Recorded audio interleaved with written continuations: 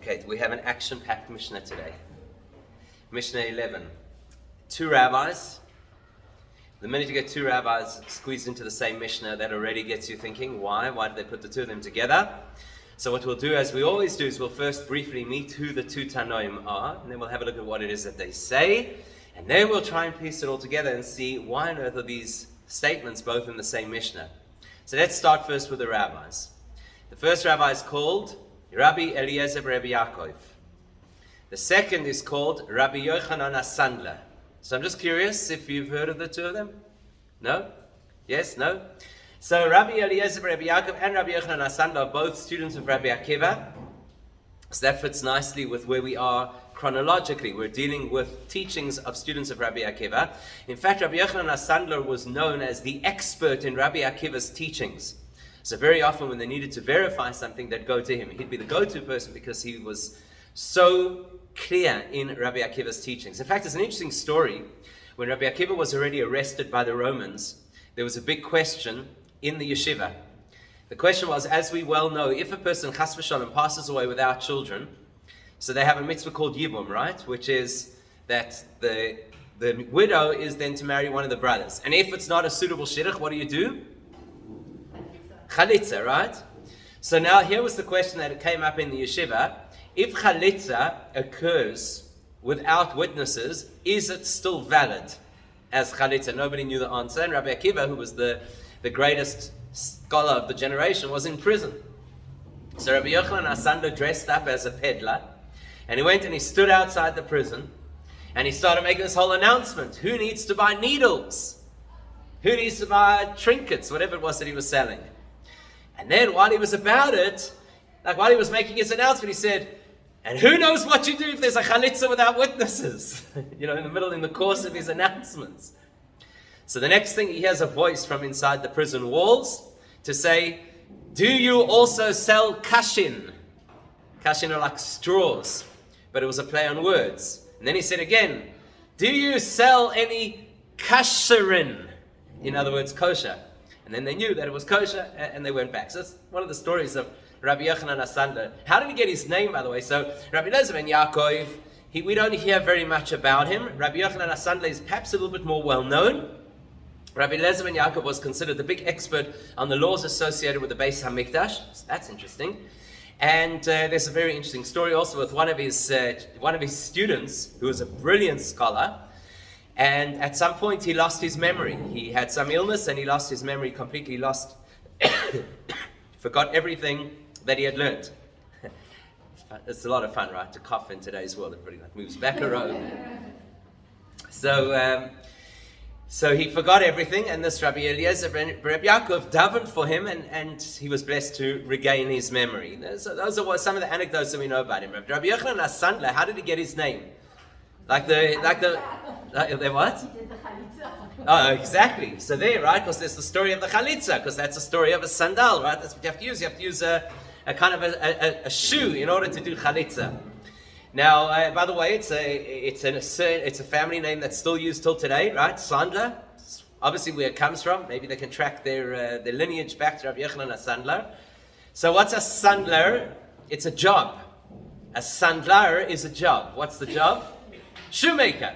He's a shoemaker. If you go to the north of Israel, somewhere in the broader Meron areas, they'll take you to a pool. I've been there, but it was many years ago, so I don't remember the exact geography. There's a pool that they say was the pool that Rabbi Yochanan Asandler used to soften the leather to make shoes. So he'd be making shoes and teaching Torah.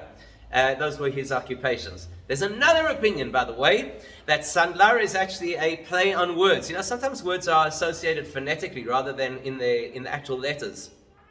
So there is a view that says that he came from Alexandria. Remember, there was a huge Jewish community in Alexandria in the time of the second Beis HaMikdash. It was a bit of a controversial community at certain points.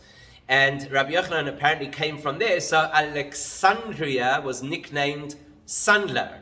That's kind of how it evolved. So according to some views, that's actually where he got his name, because of where he came from. Of course, we know that's how family names originate, either from what you do, or from where you come, or if somebody had some unusual physical characteristic, right? Like the people whose names are Hoich, right? Because they were tall. So those kinds of things. Okay, so what's the Mishnah? The Mishnah has two parts, one attributed to Rabbi Eliezer ben Rabbi Yaakov, and the other one attributed to Rabbi Yochanan HaSandler. Rabbi Eliezer ben Yaakov says as follows: Ha'oise mitzvah achas, a person who does one mitzvah, koine loy, acquires for themselves praklit echad. Now, can you help? What is a praklit? Is a what? An advocate, right? In modern Hebrew, right? A praklit is an advocate, and that's exactly the point. It's somebody who will defend you. So any person who does a mitzvah acquires for themselves some kind of advocate. Where would this advocate be? Do you walk around in the streets and then like these people, join you and they say, "I'll advocate for you"? Is that what it means? So it means in Shamayim, right? Yes, that's what it means. So you've got this defending angel. Did I just add a word over there? Said angel, right? Didn't say that in the Mishnah. So there's this praklit, there's some kind of a defender on high, some kind of an advocate on high that stands in the stead of that person who did the mitzvah. Ve'ha'oise aveira achas, and a person who does one aveira, koine loy, what does that person acquire for themselves? Kategor echad. A single, what's a kategor? Prosecutor. So there you have it. Every mitzvah gets us an advocate, a defender. Every aveira, God forbid, gets us a prosecutor, an accuser. What's the message? What's the message?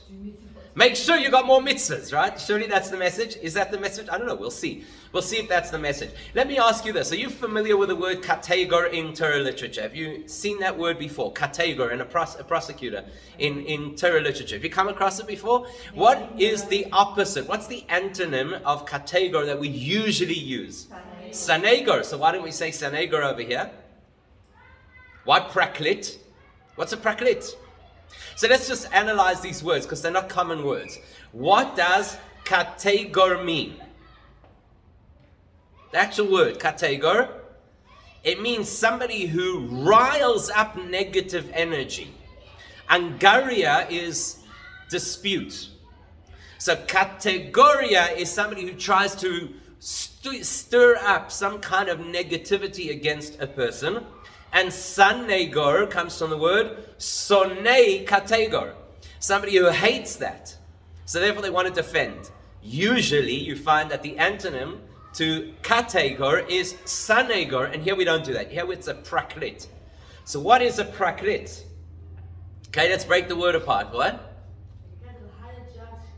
So an advocate usually is higher than a lawyer, right? So it implies kind of senior counsel, somebody who's got a lot of clout. But let's break the word apart. So we break it apart, we get two words. The first word is pei reish kuf, which is parek. Lifrok, what does that mean? Lefarek means to break apart. And lit is an Aramaic word, which is curse. So praklit is the person who breaks the curse that might be aimed towards a person. Okay, so that's a praklit. Somebody who breaks the curse that might be aimed towards a person. Then he continues, Rabbi Eliezer ben Rabbi Yaakov, and he says, Teshuva or maisim tovim. Teshuva and, how do you translate maisim tovim? Is that a good translation? I mean, it is how we translate. We all translate maisim tovim as good deeds. So now I'd like to ask you, is it a good translation? Good deeds. Good acts. Okay, all good acts. But is it a good, do you understand why I'm asking the question? Let me ask you this. If a person, welcome to the 21st century. I don't know how long you've lived here, but in the 21st century, you'll see very often people do things like, I just recently saw it, like they'll put pets and children in the same sentence. Have you seen this? Right? So, as if there's an absolute equivalence between pets and children. So, good deeds could also be to your pets. Good deeds could be nice things to do. They don't necessarily have to be mitzvahs. Now, is that what the Torah is advocating? That we should do good deeds? Is that what we're all about? Are we like the goodness people? We go around and we do nice things. We help people cross the road. And is that what Judaism is all about?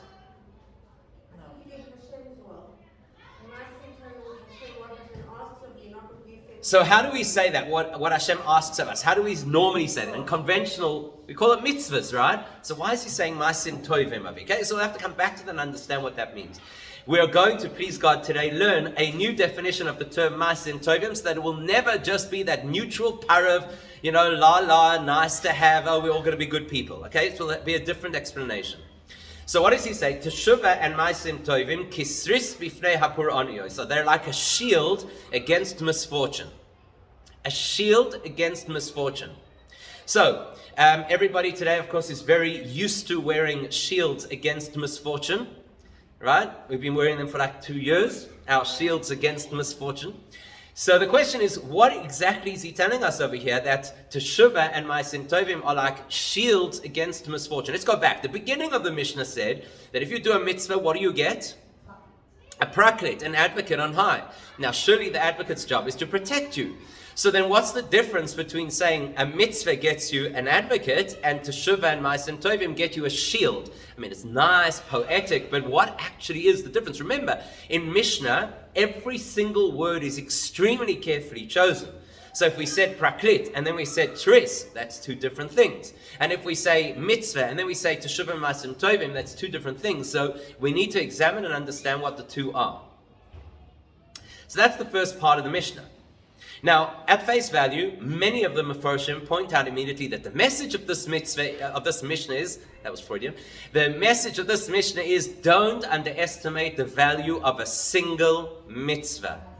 Okay, because look at the language over here. Look at the language. If you were writing the Mishnah, and remember, the language of Mishnah is incredibly precise. Which words in this first part of the Mishnah appear to be superfluous? Let's read it again.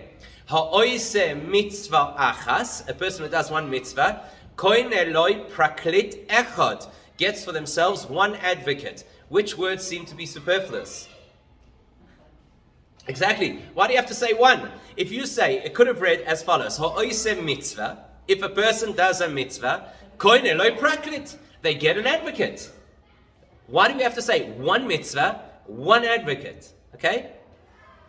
Obviously, the message is to tell you the value of one mitzvah.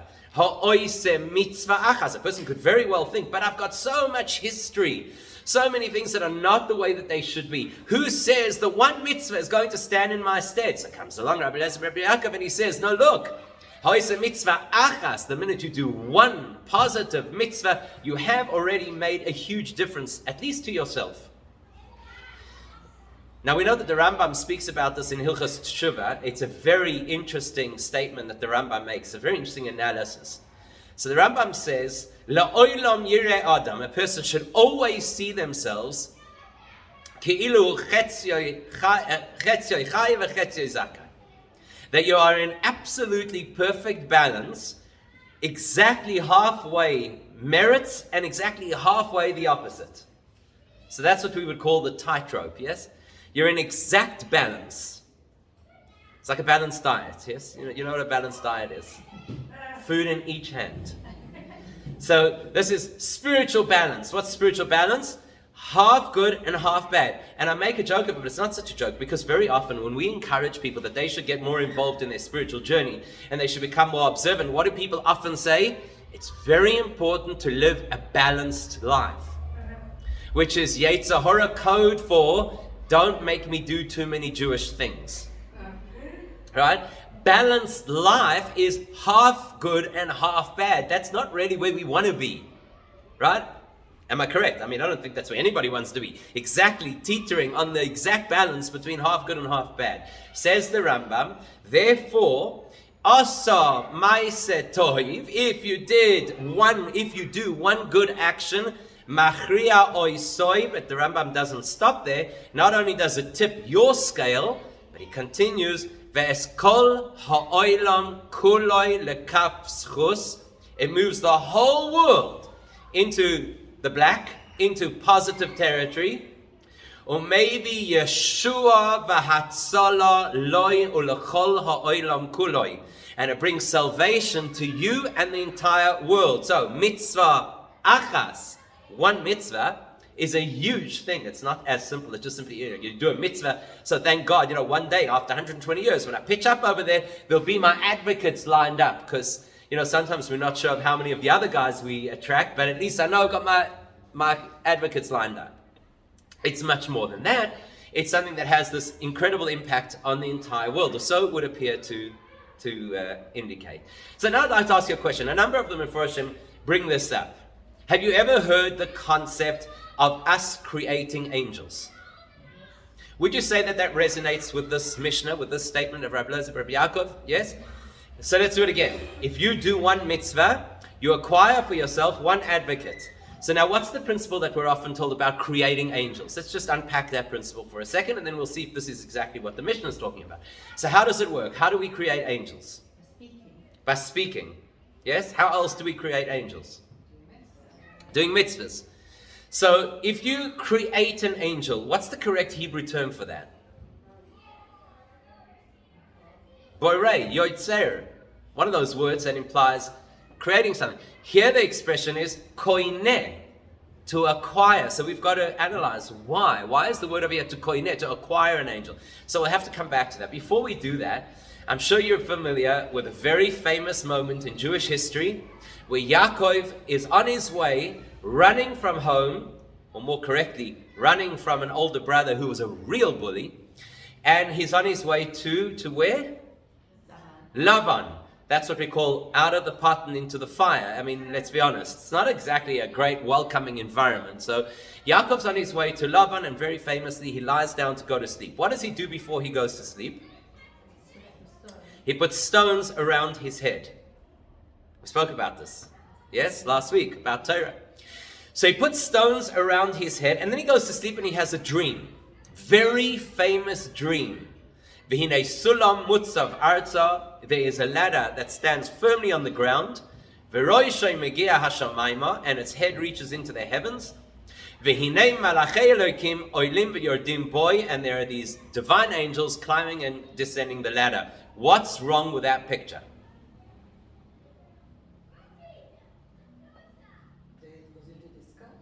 The ladder goes into the sky. No, ladders can get into the sky.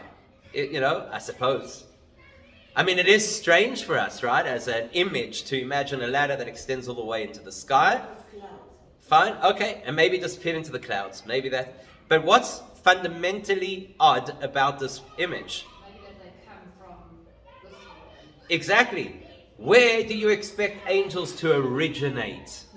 In Shamayim, right? So you would have expected that the experience and the image that he sees is V'hinei malachei Elokim yordim v'oilim. That's what you would have expected. The angels first come down, because that's where angels originate. Don't angels live in heaven? Right? So that's what you expect, that yordim, they would first come down from the heavens, and then oilim, then they'd go up.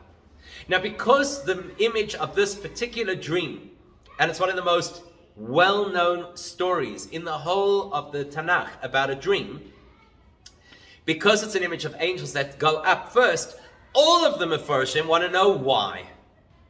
So Rashi, of course, gives the simplest explanation. It's because he was on the border, he was about to leave Israel. There are certain angels that are the Israel detail, so they can't leave the border, so they had to go back to heaven. And then there were the Chutznik angels that were going to come down, and they were going to accompany Yaakov going from there on. So that's really simple, right? These angels are knocking off their shift, and these angels are coming on to shift. But there's another very intriguing explanation. An explanation is that here we have Yaakov about to enter a very hostile environment, spiritually hostile. Lavan is a crook. He lives in a place called Haran. Does anybody know how Haran got its name? Because remember, biblical names of cities or countries are very carefully chosen. How did Haran get its name? Charoin af shel mokoim ba'olam. That's what Chazal say. It is the epicenter of Hashem's anger on this earth. That would imply that it's not a very spiritual place. So he's going to live with people who are not very honest in an environment that is far from spiritual. So the message is, Yaakov, you're going into such a place, make sure that when you are there, the malachim that you create, they will be malachim that rise and not malachim that descend. Because the implication is that in every action that we take, in every word that we speak, and even in the thoughts that we have, we generate some kind of angel. And that angel can either lift us, oilim, all the way up to Shamayim, or God forbid the opposite.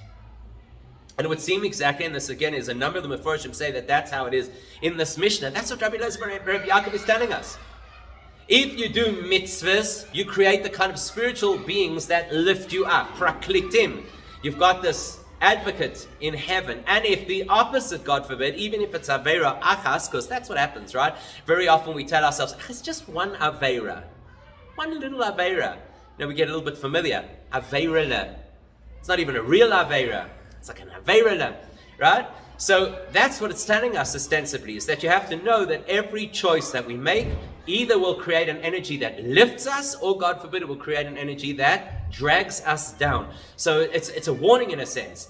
Mitzvah achas versus Aveira achas, and the choice really is ours. The only problem with that is, that does not solve the word echad. Praklit echad. It doesn't explain why we're calling it a praklit, an advocate, instead of just saying an angel. Why don't we just speak straight? If the message is that you do a mitzvah, you create an angel, why don't you just say, if you do a mitzvah, you create an angel? Why are we using the word advocate? Also, we need to understand the word koineh, to acquire. So, let's go back to the story of Yaakov's dream. What's the story? Make sure that the angels that you create are angels that lift, and not, God forbid, the opposite. There is an implication in that. Not every angel can lift to the same degree. Meaning to say, it is possible that if a person does a mitzvah, whatever mitzvah, choose whichever mitzvah it is. Think of your favorite mitzvah, right? So a person does a mitzvah. In terms of points, in terms of fulfilling the mitzvah, in terms of reward in the next world, how much reward do you get for a mitzvah that you've done? Exactly the same as anybody else who does that mitzvah. So if you have 10 people, a minyan in a room, and they all put on tefillin. One person puts on tefillin with very deep, focused intention. And the other person puts on tefillin because they were dragged out of bed by their father to the minyan and they really don't want to be there. How much tefillin mitzvah does each one of them get? One mitzvah. How much schar do they have in the next world? The same amount of schar. What kind of angel do they create? That's different. The amount of focused intention that you put into a mitzvah determines the health of the malach that you create. That's why it's a ladder in the dream. And it's not a conveyor belt. It's not a catapult. It's a ladder. There are different steps on that ladder. So different malachim, depending on how they are powered, depending on what kind of intention we have in the mitzvah, will be able to ascend to different altitudes, spiritual altitudes. So if a person does a really good mitzvah with really good intention, they create a robust angel that is very great as a representative in the higher realm. But God forbid, if a person does a hackneyed kind of mitzvah, then they might have a less than healthy angel. So that conversation about us generating malachim through our decisions is actually not what Rabbi Eliezer, Rabbi Yaakov is focused on. Rabbi Eliezer is focused on a different principle. Praklit echad. Right from the beginning of creation, there has been a singular being, a singular spiritual being, whose job it is to be the praklit, the advocate for every single one of us. That's this spiritual being's job. Every time you do a mitzvah, even if you don't have the best intentions, even if you can't generate the most powerful malach, koineh, you acquire the services of praklit echad, of that singular defending angel who will represent you in Shamayim, even if your malach that you've generated through your mitzvah is not as powerful as it should be. There are two different issues here. The one is that every mitzvah that we do is supposed to create a certain type of spiritual energy that would be good for our neshama going forward. And there's a different issue, that there's a defending angel on high that brings our mitzvahs in our defense. That defending angel is then balanced with a single counterpart. Kategor echad. Now this part we all knew, right? That there's kategor echad. That there's only one accusing angel up there. We give him a name, right? Satan. One singular angel whose job it is to try and prosecute us for the things that we have done wrong. So that's the system of the spiritual balance sheet. There is Praklit echad, one overarching defending angel. Kateger echad, one overarching accusing angel. And every single mitzvah that we do brings that defending angel to our defense. We'd like something a little better than just a single piece of defense, right? So in life you have to consider that in addition to the fact that there is what we call sechar v'oinesh, meaning to say that Hashem has his checks and balances in the world, but besides that, there is also puranios, misfortune that to the human eye looks like it's part of nature. So, when I'm talking about how we're going to be represented in Shamayim, then I have the Praklit versus the Kategor. But when I'm talking about being safe, literally being safe here in this world, for that I need a shield. Because our world is designed by Hashem that unfortunately there are tragedies, illnesses, etc. So what provides a special shield against Puranios, against misfortune? For that you need Teshuva and Maisim Tovim. Teshuva and good deeds. Now what do we mean when we say Maisim Tovim? Once we understand that, we'll be able to come back to the concept of Teshuva. So what does the word Tov mean? Please don't say good. In Torah language, what does the word Tov mean in Torah language? Means? Kindness is chesed. Godliness would be elokus. What does the word Tov mean in Torah language? Not complete? No? I knew nobody would get this because it's typical Gemara interpretation rather than translation. So, we've just come from the 7th of Adar, Zayin Adar, right? Zayin Adar is the birth date and the yahrzeit of Moshe Rabbeinu. When Moshe Rabbeinu first entered this world, as Moshe Rabbeinu was born, what did his family notice about him? Light, yes? Right? They noticed light. Rashi tells us based on the Gemara, Nismale habayis kula oira. The entire house was filled with light. How did Rashi know this? How did the Gemara know it? Because the Torah tells us that Yocheved looked at Moshe, vatere oisoi, she saw him, ki toivhu, that he was good. Okay, so where's the connection? Toiv and light. What's the connection? Correct, exactly. When Hashem created the world, the very first creation that he made was light. And the Torah says, Vayar Elokim es ha'or ki toiv. Hashem saw that the light was good. Now, one of the methodologies of Torah interpretation that we use, and you'll see this commonly in Midrash, is the first time that a particular adjective or a particular noun is used in the Torah, very often becomes the template for what it means throughout the whole Torah. So consistently throughout the Torah, we always use the word toiv to represent light. So what are maisim toivim? Not good deeds. Things that bring light to the world. Correct. Radiant deeds. That's what maisim toivim means. Radiant deeds. So what is a radiant deed? How do you make a radiant deed? Ever tried this? We need some plutonium. What exactly are you supposed to do to create a radiant deed? So in doing this, before we unpack it fully, we can identify that there's a difference between the term mitzvah, which comes from which word? Tzivui. So you're following instructions. When you do a mitzvah, you are following instructions. It's quite possible that a person could follow instructions unwillingly. I'm doing it because I have to. Like the kid who got dragged to the minyan with his father, right? He's doing the mitzvah, but it's not necessarily where he'd rather be. Do you remember once upon a time there was something called bumper stickers? Yes? Remember those days?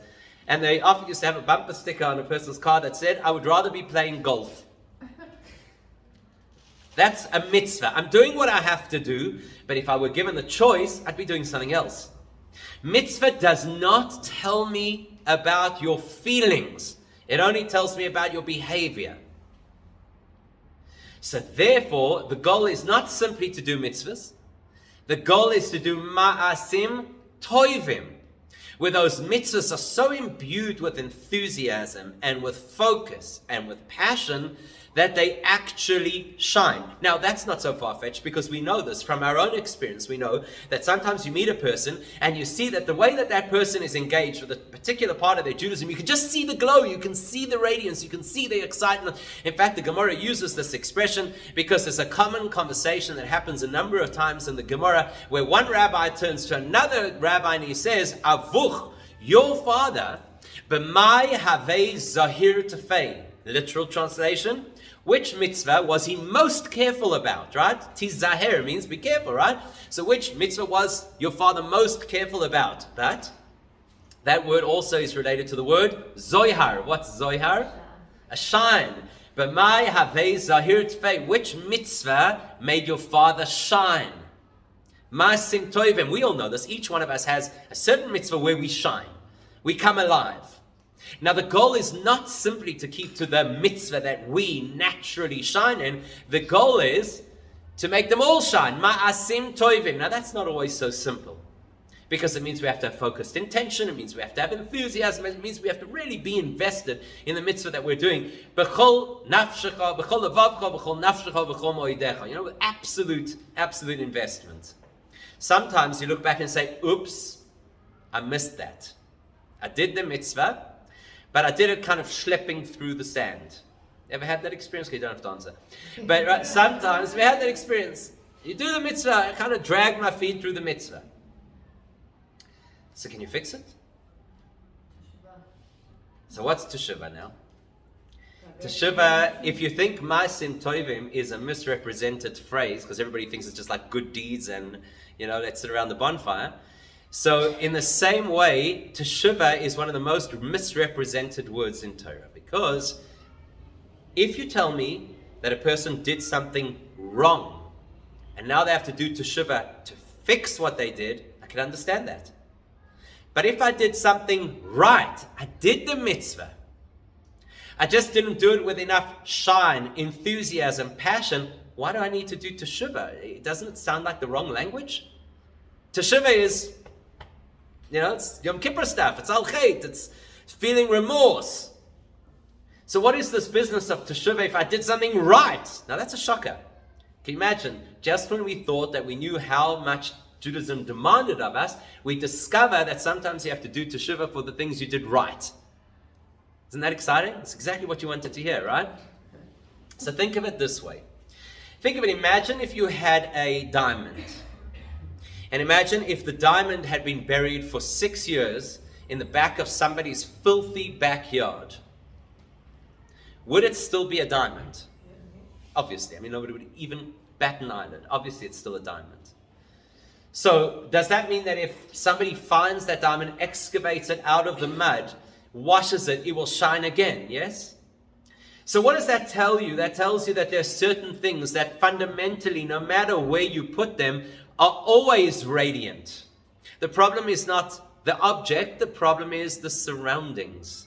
That's what a mitzvah is. We don't get to dim the light of a mitzvah. We just get to hide the light of a mitzvah if we haven't done it properly.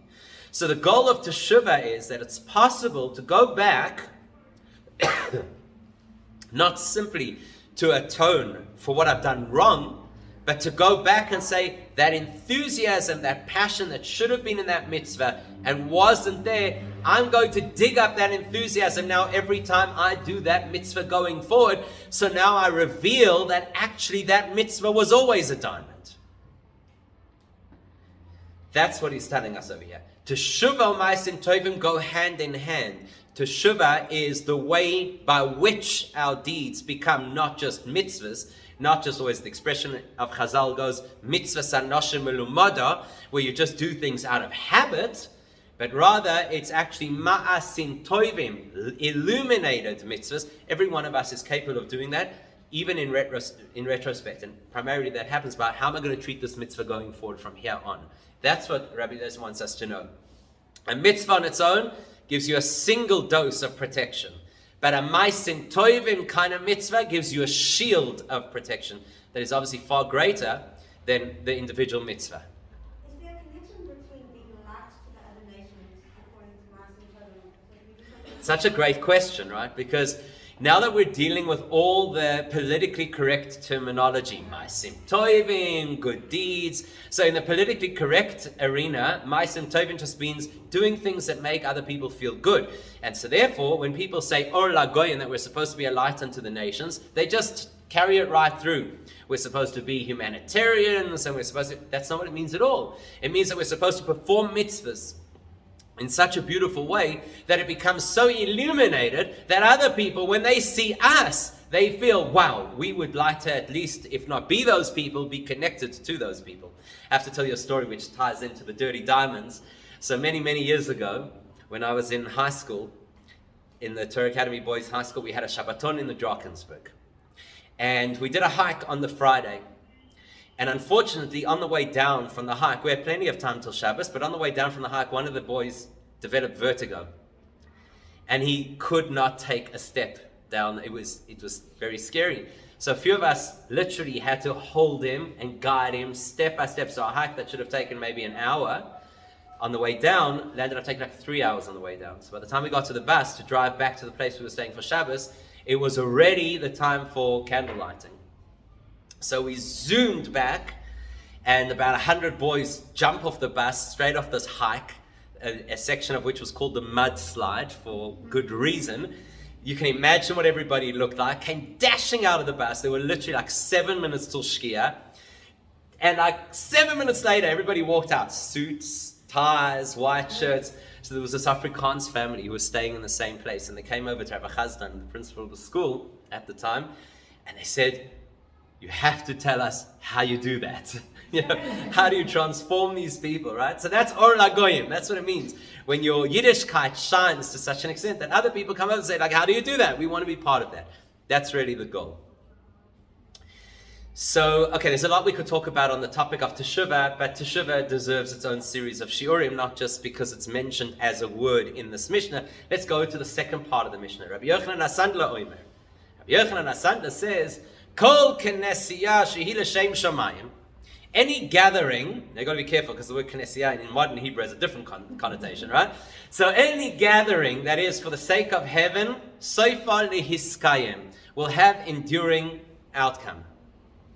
V'she'ena L'Shem Shamayim, and if it's not for the sake of heaven, Ein Sofa Lehiskayim, it will not endure. It won't have any meaningful outcome. So now, again, we've got to ask ourselves a few questions. Number one, what is a kinesia? It's like such an unusual word. Why doesn't it say, kol kibbutz, anytime people come together? Or say, kol tefillah, or kol limud, I don't know, anything that, it's weird, right? What is a kinesia, a gathering? It's a very neutral term.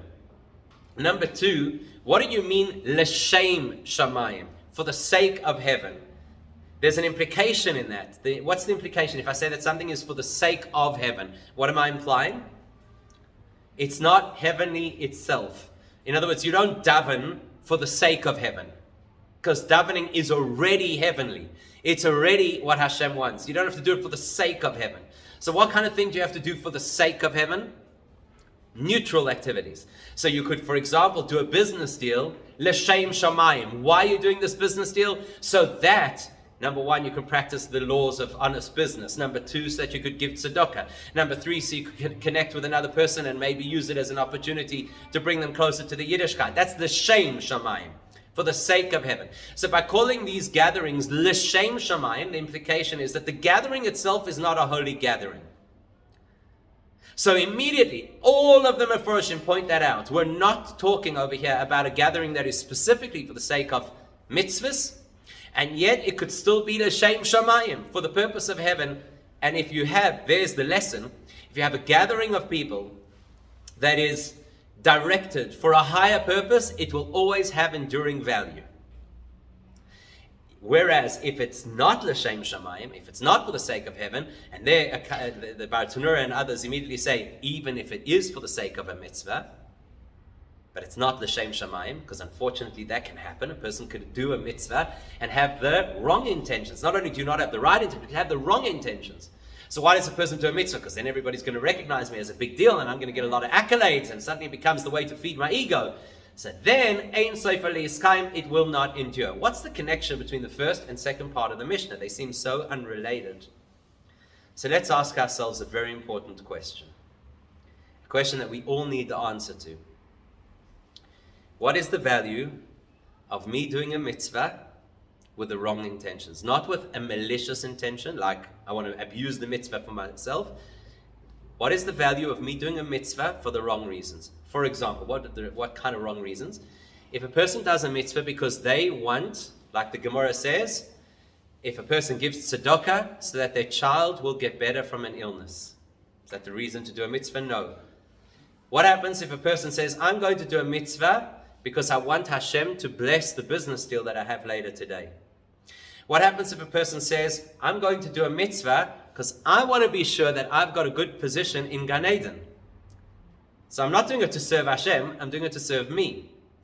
So any of those, or of course, I'm doing a mitzvah because I was ambushed by some Chabadnik on the side of the road and they forced me to do a mitzvah, right? So in all of those cases, what is the value of the mitzvah?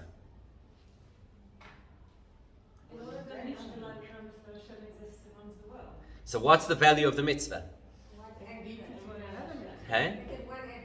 One advocate, the same as anyone else. In other words, when it comes to an individual, we do not devalue a mitzvah because of intention. Remember, we said that if your intention is great, ma'asim tovim, then you get greater value.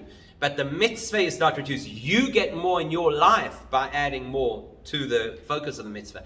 But the mitzvah itself cannot be devalued by wayward intentions. That's very important to know. That's why the Gemara tells us, La'olam yilmad adam Torah afilu sheloi lishma. Person should always learn Torah and engage in mitzvahs, even not for the sake of heaven. Shemitoich sheloi lishma, ba lishma, because eventually you'll come right. That's when you're dealing with an individual. But when you're dealing with a crowd immediately has a particular handicap. What's the crowd's handicap? We know this because we always joke about it. What do we always joke about Jews? 2 Jews, 3 opinions. The danger of a crowd is that the nature of crowds is they lend themselves to disagreement. That's how it is. That's why everybody says, let's brainstorm. It's a great idea to brainstorm. You have to make sure the people you brainstorm with are on the same frequency as you. Otherwise, brainstorm is actually very counterproductive. Or, for example, you want to make a decision. What's the worst way to make a decision? Invite a whole lot of opinion. So it's almost impossible to make a decision. That's why they say that a camel is a horse that was designed by a shul committee. So, invite a whole lot of opinion. So when you have Knessia, when you have a gathering of a whole lot of people together, then you need L'Shem Shamayim. They need to have a consciousness of doing things for the right reason in order shesofer lihiskayim, that whatever they want to achieve in their gathering will be able to endure. You have to have that unifying factor. But if it's sheloi l'shem shamayim, if it lacks that unifying factor, what's the unifying factor? Higher purpose. Not a unifying factor of a whole lot of people. Like we know very famously the difference between how the Jews stood at Mount Sinai and lahavdil, how the Egyptians chased them to the Red Sea. Because in both cases, it refers to them in the singular. Vayichan Sham, when they gathered at Har Sinai, it says he camped at the foot of the mountain. And when they chased after the Jews, it says the same thing. He chased after them. Says Rashi, lahavdil, is a big difference between them. When the Jews camped at the foot of Sinai, it says, Ke'ish echad, belev echad. They were like a single person with a single heart. But when the Egyptians chased them, then it says, belev echad, ke'ish echad, with a single heart, as one person. What's the difference? Ke'ish echad, the notion of being a human, an ish, means you have a higher purpose. You don't just follow your heart. Yes, I know people are always saying, follow your heart, follow your heart. It's very nice, assuming the heart is healthy. Sometimes not so healthy to follow your heart. So ke'ish echad, when a person has a sense of higher purpose, of higher value, of higher authority, then the beleiv echad will follow in a healthy way. So if the knessia, if the gathering of people is l'shem shamayim, for a higher purpose, then sofer li'skayim, it will be something of an enduring value. But if not, if it's sheloi l'shem shamayim, why is everybody running down into that particular gathering? Because leiv echad, because it feels good, because it's attractive, because everybody's doing it, because it's the popular thing these days. Like Egyptians. Why are they chasing the Jews? Because everybody's chasing the Jews. Then you can have all the unity in the world. Ein sofer lehiskayim, it cannot endure. And that's a very valuable message for us. As an individual, you can get away with not having the right focus, and it's still okay as long as you're doing the right things. But as a community, or as an organization, or as a leadership structure, if you don't have the right set of values and you don't have the right focus, l'shem shamayim, for a higher purpose, to make what Hashem wants to be achieved in this world, then you could be in something which is firstly not sustainable, but possibly also even dangerous. So it's a really good lesson, right? Okay, we'll pause at that point.